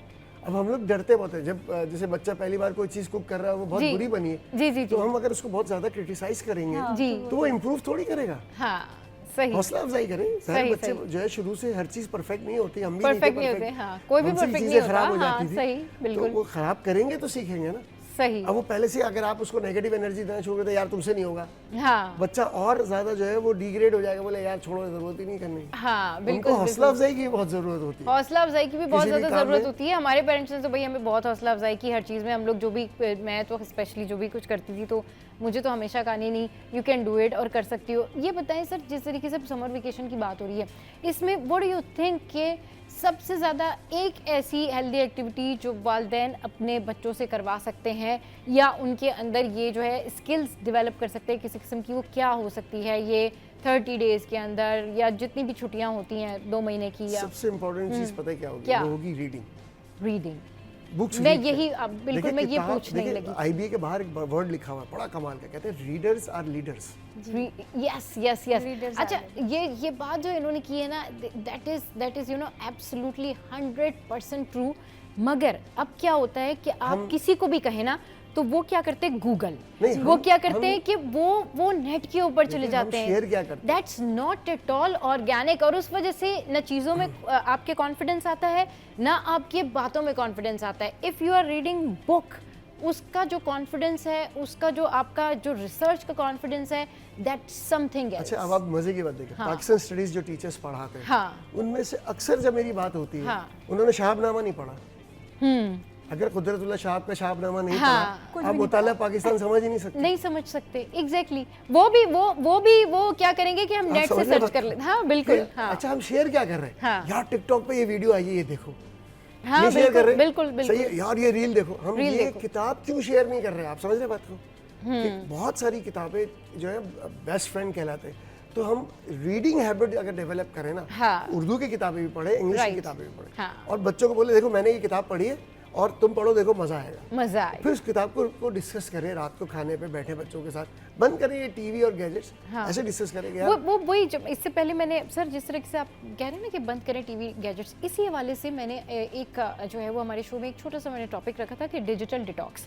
कम से कम दिन में ट्वाइस अ डे, यानी 2 घंटे 1 घंटा अपना डिजिटल डिटॉक्स रखें। 2 घंटे के लिए गैजेट से दूर हो जाएं। ना चाहते हुए, नहीं भी आपका दिल चाहता, एक अच्छी सी बुक ख़रीदें, बुक निकालें। बुक्स जो होती हैं ना, मुझे लगता है कि बुक्स पढ़ना एक हेल्दी एक्टिविटी के साथ साथ एक रिचेस्ट जो है ना वो भी एक्टिविटी है। मतलब जो लोग बहुत ज़्यादा इम्प्रेस होते हैं ना कि भाई फ़लाना बहुत अमीर है, फ़लाना बहुत अमीर है, उनकी इतला के लिए मैं आज ही बताना चाहती हूँ कि जितने अमीर तरीन कामयाब तरीन लोग आपको अपने सराउंडिंग्स में नज़र आते हैं, just because of that they read, they research and they apply. तो ये ना एक तरह की रिचेस्ट एक्टिविटी भी होती है कि आप बुक पढ़ रहे हैं, आप समझ रहे हैं, और ये हेल्दी एक्टिविटी भी होती है और ये डिसेंट एक्टिविटी भी होती है। लेकिन सर बच्चे इसके ऊपर आते नहीं, और शायद वालिदैन भी कन्विंस हो गए कि ठीक है लैपटॉप है ना, दे आर डूइंग इट और कर लेंगे। घर में नहीं पढ़ रहे ना बच्चे, तो आप उनको लाइब्रेरी में लेके जाएं। आपको अभी भी लाइब्रेरियां हैं, फेयर हॉल की लाइब्रेरी पे लाइब्रेरी है। फवारा चौक से पहले एक जगह पे शाहीन कॉम्प्लेक्स के सामने उन्होंने एक बाहर लाइब्रेरी बुक्स रखी हुई और वहीं पर वो बनाए हुए बेंचेस बनाए हुए, आप वहाँ बैठे और पढ़ें। इस तरह मतलब बाहर के कंट्रीज में तो होता है, ये पाकिस्तान में तो मैंने यहाँ कराची में ही देखा कि वो उन्होंने इस तरह से बनाया, वो वहाँ बैठे थोड़ी देर के लिए आप वेट करें कहीं, आप पढ़ें और फिर चले जाएं। लेकिन आप बच्चों को अगर घर में कहेंगे ना ये बुक्स पढ़ें, तो नहीं, आप उनको लेके जाएं, लाइब्रेरी लेके जाएं, थोड़ी देर पार्क में बच्चे खेलें। बिल्कुल, और उसके और लाइब्रेरी का जो एनवायरनमेंट है वो इतना जबरदस्त एनवायरनमेंट है लाइब्रेरी का कि जब आप देखते हैं ना कि सराउंडिंग में सारे लोग बैठे ही पढ़ रहे हैं, या कोई ना कोई, आप जब लाइब्रेरी जाते हैं आपके साथ में कोई जब काउंटर पे किसी से बुक का कहते हैं ना कि मुझे फला बुक दे दे, तो आपको एकदम वाइब आता है कि यार ये इसने ये कौन सी बुक है, मतलब, और आप आपस में भी एक दूसरे को तंग तो ज़ाहिर बहुत ज़्यादा नहीं करते, वहाँ पिन ड्रॉप साइलेंस होता है, लेकिन आप जब उस एनवायरनमेंट में बैठे होते हैं तो आपको पता होता है आप अकेले नहीं हैं। वरना यूजुअली ये होता है सर कि अगर आप घर में अकेले बैठ के बुक पढ़ रहे हैं ना तो 4 लोग आपके ऊपर हंस रहे होते हैं, उफ इस दौर में भी बुक पढ़ी जा रही है। जैसे कि वो मेरे फादर अभी तक भी घर में ना जंग अखबार मंगवाते हैं, मतलब जो भी न्यूज़पेपर वो पढ़ते हैं ना वो मंगवाते हैं। तो समटाइम्स मैं भी कह देती हूँ कि नेट पे मिल जाती है अब्बू चीज़ें, तो अब वो मुझे कहते हैं कि हाँ नेट पे मिल जाएगी, बट ये तुम्हें सिखाएगी नहीं, जो ये अखबार तुम्हें सिखाएगा ना ये तुम्हें शायद वो नहीं। तो मैं कहती हूँ नहीं, सेम कंटेंट है इधर, but I don't know what is the difference. मैं आपसे पूछना चाहूंगी कि क्या डिफरेंस है कि आप स्टफ अखबार का पेपर लेके बैठे हैं और आप वही कंटेंट। मैंने इसके ऊपर अपने फादर को कहा कि ये मुझे मिल जाती है अब्बू नेट पे, मतलब बंद कर दें अखबार, but he said no no. Laptop पे काम कर रहे होते हैं ना तो वहाँ डिस्ट्रैक्शंस बहुत ज्यादा होते हैं। अच्छा, आप समझ रहे बात? यानी अब आप कोई चीज पढ़ रहे, अचानक से कोई आपका मैसेज आ गया कि किसी फ्रेंड का कि यार ये टिकटॉक की वीडियो देखो बड़े मजे की, आपने खट वो जगह छोड़ी, आपने फौरन टिकटॉक लगाया, अच्छा हुआ, मजा आ रहा है। बिल्कुल। अब जब आप किताब पढ़ रहे हैं, फोन आपने साइलेंट पे रख दिया, आप किताब पढ़ रहे हैं, तो वो आपकी जो कंसंट्रेशन लेवल है, अंडरस्टैंडिंग का, वो पूरा फोकस होता है किताब के ऊपर। फिर आप किताब को एंजॉय करते हैं, उसके अंदर चीजें सीखते हैं। अब वो जब मोबाइल पे प्रॉब्लम ही है, उसमें मैसेजेस ये वो व्हाट्सएप, आप इतना डिस्ट्रैक्शन है उसके अंदर कि आपको मजा ही नहीं आ रहा। अब वो चीज आप फोकस नहीं कर पा रहे। किताब पढ़ने के लिए फोकस होना बहुत जरूरी, फोकस्ड होना बहुत जरूरी है। पता नहीं क्या उसका कोई करिश्मा होता है किताब का या अखबार का, कोई खास करिश्मा होता है कि और ये बात कहीं ना कहीं सच भी है। मैं जब चीज़ें गो थ्रू कर रही होती हूँ, मैं जब न्यूज़ सर्च कर रही होती हूँ, तो ऑब्वियसली मैं भी सोशल मीडिया के थ्रू जो साइट्स होती हैं, यानी जहाँ पर जो खबरें होती हैं वो भी रेलेवेंट होती है, लेकिन वो पेपर पे नहीं होती ऑब्वियसली, तो मैं सर्च कर रही होती हूँ। और जब उसकी कंपैरेटिवली हम देखते हैं कि हमारे कोई सीनियर्स या मेरे अपने फादर वही खबर अखबार पे या पेपर पे पढ़ रहे होते हैं ना, तो उन्हें 2 अच्छी खबरें मिल जाती हैं। लेकिन मैं स्टिल मैं सोच रही होती हूँ कि अच्छा, तो वो कहते हैं नहीं अखबार में आज की ये भी था, तो मैं कहती हूँ अच्छा मैंने तो नहीं देखा। आई डोंट नो कि शायद वहाँ पर चीज़ें बहुत स्किप भी होती हैं, और बहुत सारी ऐसी चीज़ें होती हैं जो कि आपको जो उस न्यूज़पेपर में या बुक के अंदर है वो आपको सोशल मीडिया पर उस तरीके से नेट के ऊपर नहीं मिल पाती, क्योंकि उस बुक के कई कॉन्टेक्स्ट ऐसे होते हैं कि जो कि मिसिंग होते हैं। देखिए मैं हायर एजुकेशन को पढ़ाता हूँ, जनरेशन जी है इस वक्त, हायर जनरेशन। मैं जरा जनरेशन को बड़ा स्टडी करता हूँ। जेन जी का आपको पता है प्रॉब्लम क्या है? ना उनकी इंग्लिश अच्छी है ना उर्दू अच्छी। सही। अच्छा। हाँ, अगर आप उर्दू का कोई मुश्किल लफ्ज बोल दे क्लास में तो बच्चे आपकी शक्ल देखने लगेंगे, बोले सर क्या हो गया। सही बिल्कुल। तो भाई आप दोनों लैंग्वेजेस, बिल्कुल अपनी, सही, मतलब वो अल्फाज अगर आपने जरा मुश्किल क्लास में बोल दिए उर्दू में तो बच्चे आपकी शक्ल देखने लगेंगे। सही। तो ये बच्चे फिर कहाँ जा रहे हैं? ना वो इंग्लिश में बहुत अच्छे, ना वो उर्दू में बहुत अच्छे हैं। हाँ सही। चलिए जी, यही बात है कि बच्चों की जो ग्रूमिंग है, बच्चों की जो एजुकेशन है, समर वेकेशंस में कुछ इस तरीके का आपने जो है वो उनके साथ रहना है, उनको ट्रीट करना है कि उनको वो एंजॉय भी करें और आप भी थोड़ा सुकून में रहें, लेकिन वो सीखें। लर्निंग प्रोसेस जो है वो रुकना नहीं चाहिए। बहुत शुक्रिया आफजिया मैम, बहुत शुक्रिया सर, आप हमारे शो पर आए। तो आज के शो में हमारी ये जो गुफ्तगू थी इंतहाई अहम थी, दिलचस्प थी। इसका फीडबैक आपने ज़रूर हमारी सोशल साइट पे देना है। यहाँ वक्त तो एक ब्रेक का, ब्रेक के बाद जब वापस आएंगे तो फिर करेंगे ढेर सारी बातें। अब हमारे साथ रहिए।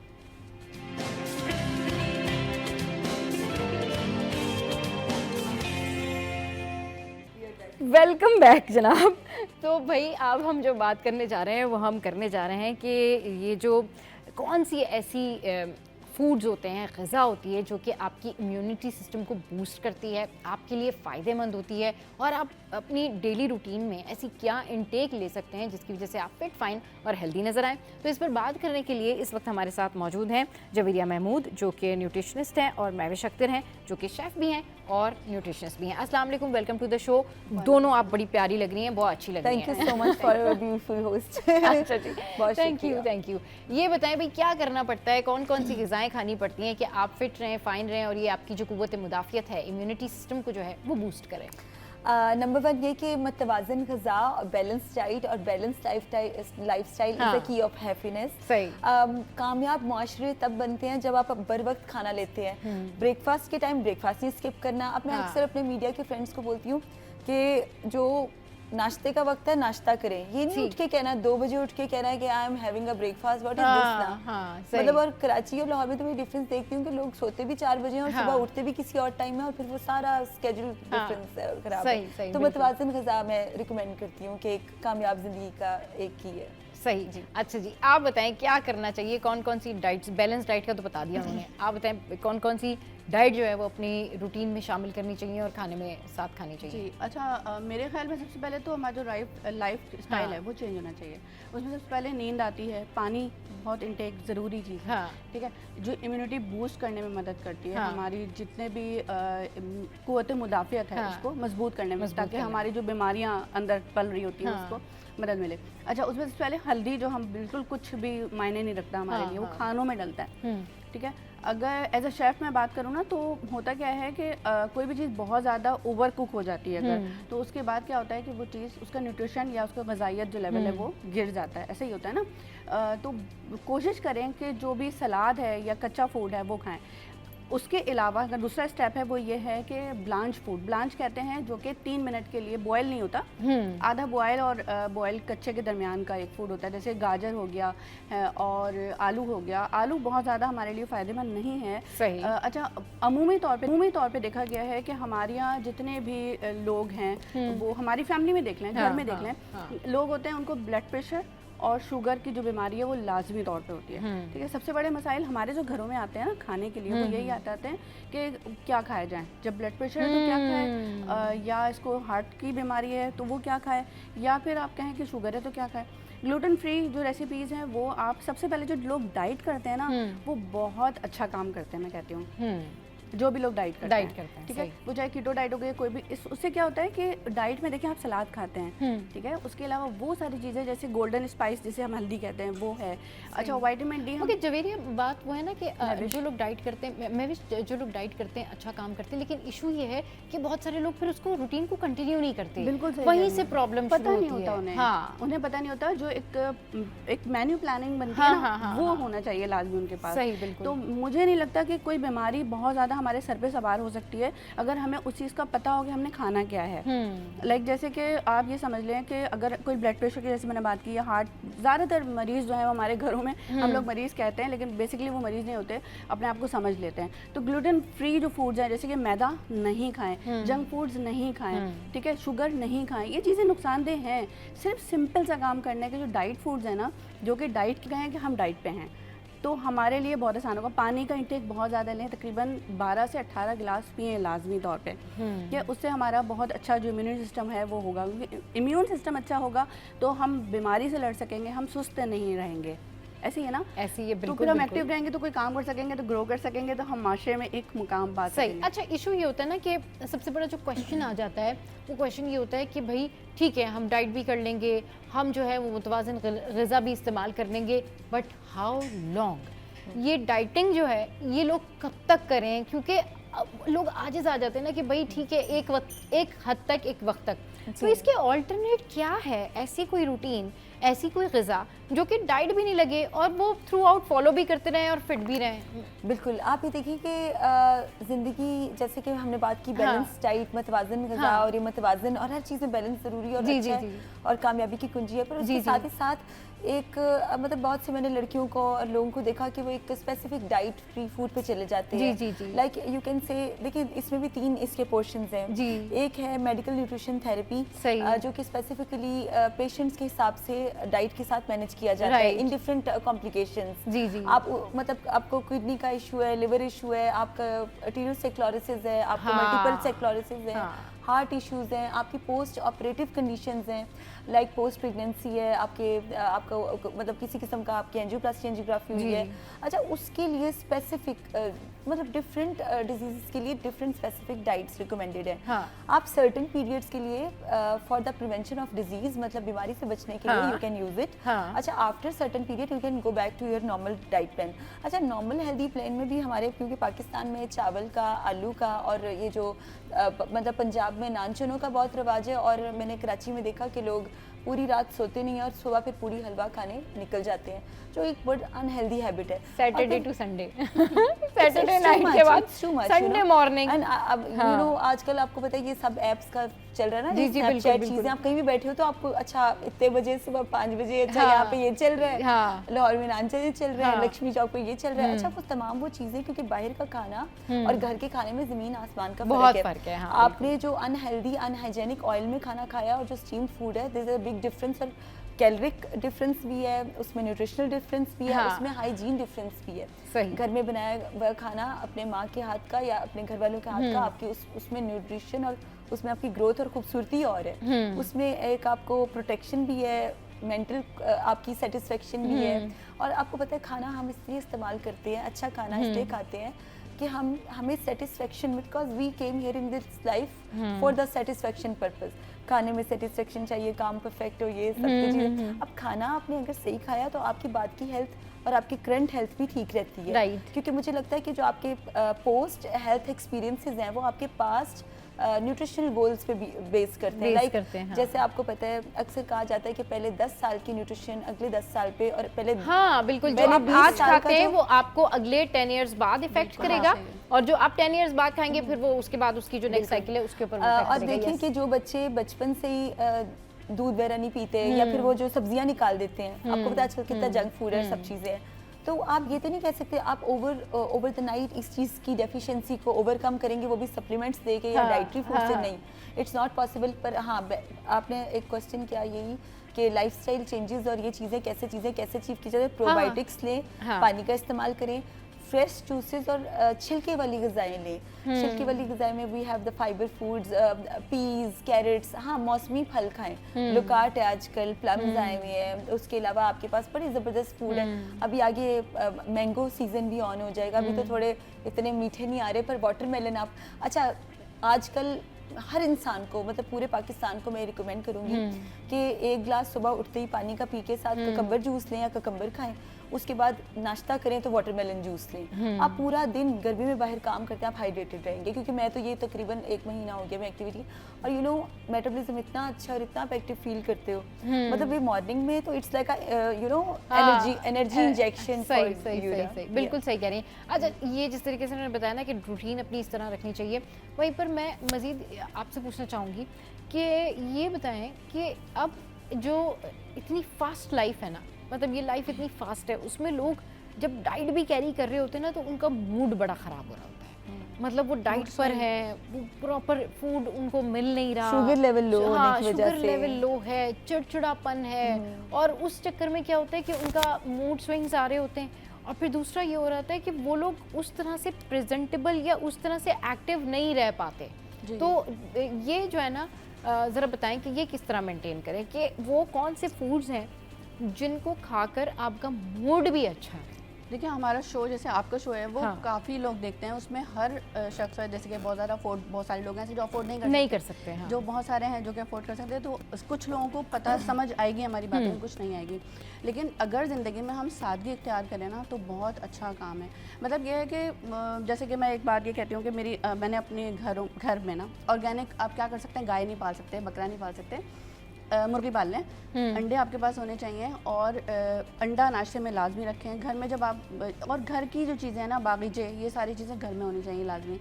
सादगी जितना ज़्यादा ज़िंदगी में अपनाएंगे तो उतना ज़्यादा ज़रूरी नहीं कि पराठे, अंडे, निहारी, हलवा पूरी ये चीज़ें खाएं नाश्ते में, रोटी खाएं सादी, रात की रोटी खाएं, देसी घी खाएं, मक्खन, विटामिन डी होता है। मूड अच्छा करने वाला फूड कौन सा ये बताइए। ये सारे जो जैसे आपको प्रोटीन मिलता है अंडे से, अच्छा ठीक है। नाश्ता क्यों अच्छा करने कहते हैं, नाश्ता अच्छा करने इसलिए कहते हैं, लाइफ स्टाइल जो हमारा है ना वो ट्रायंगल पे है, बड़ा पहले, फिर दोपहर में थोड़ा छोटा, फिर रात में बहुत कम। दूध भी खा सकते हैं। चलिए जी, उसमें मूड अच्छा करने वाले फूड में हो गया जैसे अंडा हो गया, डेयरी फूड्स हो गया, और ठीक है वाइटमिन, उसके अलावा मशरूम, ये सारा कुछ अगर आपको महंगा लगता है, वैसे होता नहीं है। मशरूम, फिश हो गई, फिश खा सकते हैं, फैटी फिश जिसमें फैट्स होते हैं। सही। और मीट नहीं खा सकते, दालें खाएं, दालें कोई मसला नहीं। और बटर या फिर वो जो सैंडविचेस होते हैं एंड ऑल दैट, नहीं सैंडविच जो है वो सैंडविच से मूड खराब हो जाता है। मूड खराब लेकिन देखिए हमेशा एग्जैक्टली भाई आज हम ये बात कर रहे हैं मूड, मूड अच्छा करने वाला फूड में थोड़ा ऐड करती हूं। हां बिल्कुल श्योर भाई। सेरोटोनिन और मेलाटोनिन ना एक माइंड रिलैक्सिंग हार्मोन्स होते हैं। राइट, हां सेरोटोनिन होता है जो रिलीज होता है। ह्यूमन बॉडी ना नेचुरली, देखिए I used to told so many individuals, even especially for the newly weds or brides को मैं बोलती हूँ कि यार 3-3 लाख का मेकअप और 3-3 लाख के लहंगे के बाद अगर मूड अच्छा नहीं हुआ तो you are totally off from the scene, you know। हाँ, इतना पैसा बर्बाद करने का क्या? मैं बोलती हूँ कि इससे पहले ना कोई अगर कोई आपका शादी ब्याह है, कोई बिग डे है, तो उससे पहले सबसे पहले अपना मूड, क्योंकि लड़की अपने चेहरे पे जो सबसे खूबसूरत चीज वेयर करती है वो उसकी स्माइल है। It's confident and beautiful smile. अच्छा, आप मूड अच्छा करना है तो उसके लिए ना, जो मुझे मतलब जहाँ तक as per my knowledge, dark chocolate is good. अच्छा, उसके अलावा she is right, absolutely right, I do it, क्योंकि मैं ऐसा करती हूँ आजकल नहीं कर रही, लेकिन मैं करती हूँ। आजकल गर्मियाँ सर्दियों में आप हैंडफुल ऑफ नट्स जरूर लें। नट्स में आपको एनर्जी, न्यूट्रिएंट डेंस है, एनर्जी अच्छी है, और आपको जो कैलोरिक रिक्वायरमेंट है वो भी पूरी होती है। अच्छा, बनाना जो है वो मैग्नीशियम एनरिच है, उससे भी मूड आपका अच्छा होता है। सही। और उसके अलावा आप ऐसी जो तली हुई ग़िज़ाएं हैं वो मूड खराब करती हैं, क्योंकि आपको हैवीनेस फील होता है और you are not feel happy at all. अच्छा, स्पाइसी, तली हुई और कार्बोनेटेड बेवरेजेस, ये चीजें जो है नुकसान है, बल्कि ब्रेन में भी, ब्रेन के लिए भी जो है ना वो नुकसानदेह। हमने बता दिया आपको कि ये फूड जो है आपका मूड अच्छा करेंगे और ये फूड जो है वो आपका मूड खराब करेंगे। शो में या वक्त तो एक ब्रेक का, ब्रेक के बाद जब वापस आएंगे तो फिर ये भी पूछेंगे कि जो ये मूड स्विंग्स हैं ये क्यों आते हैं और ये कौन से फूड हैं जो मूड स्विंग्स लेकर आते हैं। Stay with us.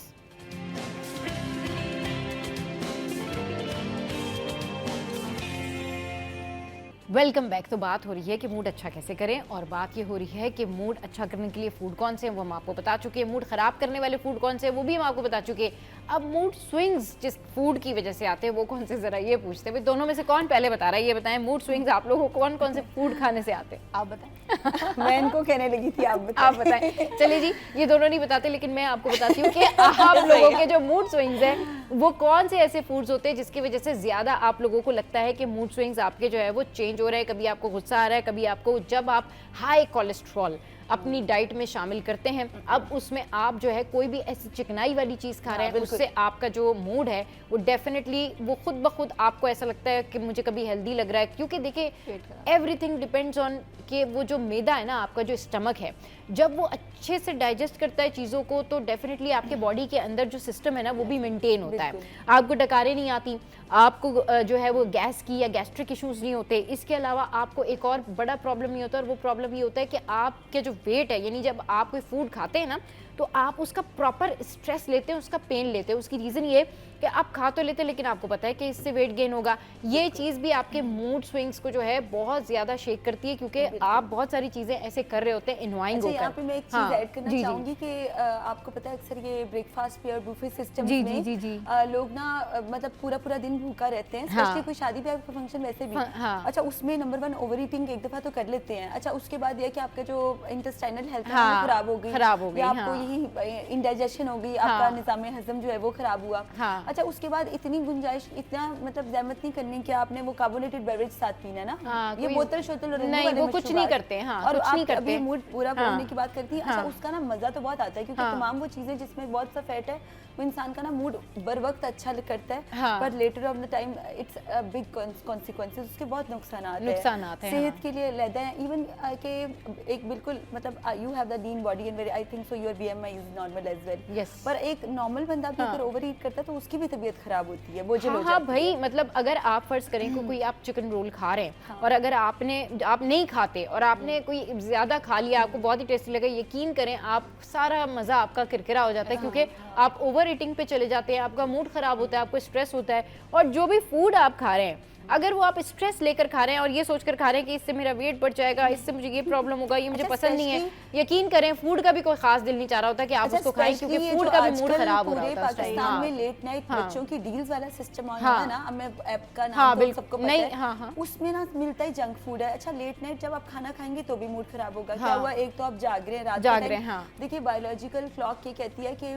सहर के वक्त, फजर के वक्त पहला खाना खाएं, मगरिब के टाइम आप सेकंड मील लें, दरमियान में आप स्मॉल मील ले लें। बिल्कुल हाँ, ये परफेक्ट टाइमिंग है। यस हाँ। अब बायोलॉजिकल सिस्टम यहाँ पे क्या हो गया, अभी सारा उल्टा सिस्टम हुआ है। रात को लोग जागते हैं, दिन में सो रहे हैं। मतलब हम लोग तो ठीक है, we are the working professional, but most of the time like 70% of people right now they are opposite of the direction. मतलब आप नेचर के ऑपोजिट जाएंगे, आप बहुत खराब। मैं तो अपने पेशेंट्स को मैंने कहा, आप अगर नहीं सही रूटीन सही नहीं करेंगे, आप खराबी होगी।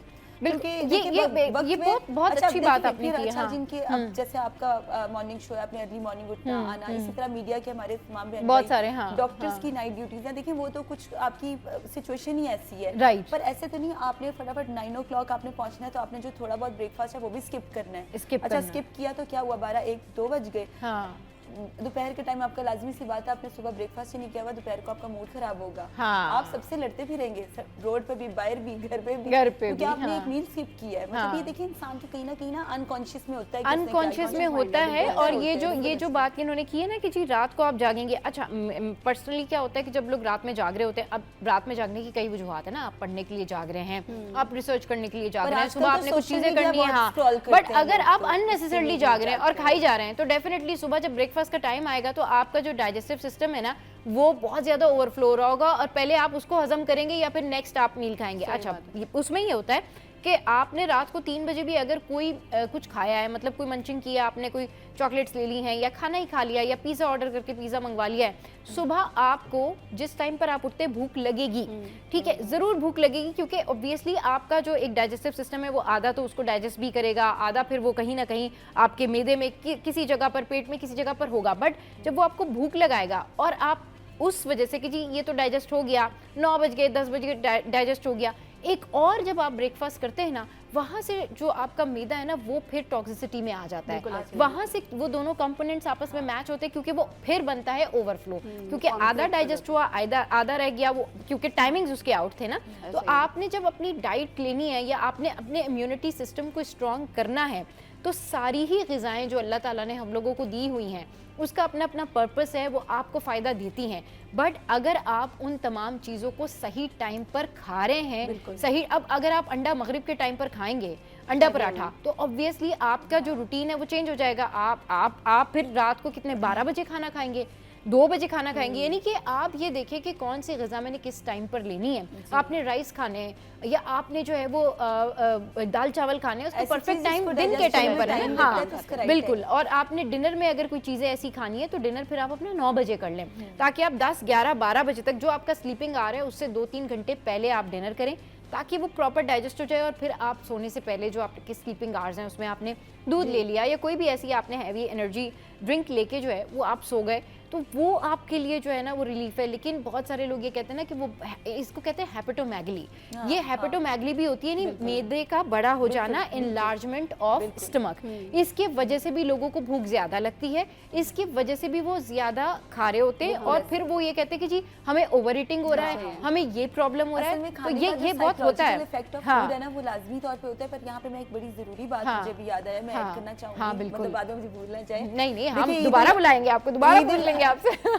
ईद उल अज़हा का टाइम अभी करीब है, तो लोग जो गोश्त खाते हैं ना वो साथ देखिए नान या कुलचा ले रहे होते हैं, उसके साथ कार्बोनेटेड मतलब रंगों वाले गैशियस सब्सटेंसेस वाले वो। अच्छा उसके साथ ही वो 10 मिनट बाद जाते हैं सिगरेट पीते हैं फिर, और डायबिटिक्स हैं। अच्छा लेकिन ये एक बहुत बड़ा ही कोई वो है, ये बहुत मैसिव स्केल पे। अब देखिए क्या है, अगर आपको किसी किस्म का आपकी एंजियोप्लास्टी एंजियोग्राफी नहीं हुई, यानी आपको दिल का मसला नहीं है, आपको कोलेस्ट्रॉल नहीं है, आपको डायबिटीज भी नहीं है, पर आपके होने के चांसेस 10 to 20 टाइम्स बढ़ जाते हैं। रिस्क रेट बढ़ जाता है। आप देखिए ब्यूरेट लें, उसमें आप थोड़ा सा गोश्त का पीस डालें, वो भी ऐड करें, मतलब आप थोड़ा सा कार्बोनेट ड्रिंक ऐड करें, फिर आप थोड़ा कुलचा जिसमें जैसे चीज़ें, अब उसके बाद उसमें स्मोक ऐड करें, आप देखिए वो 10 से 15 मिनट बाद थोड़ा ब्लैक होना शुरू हो जाएगा।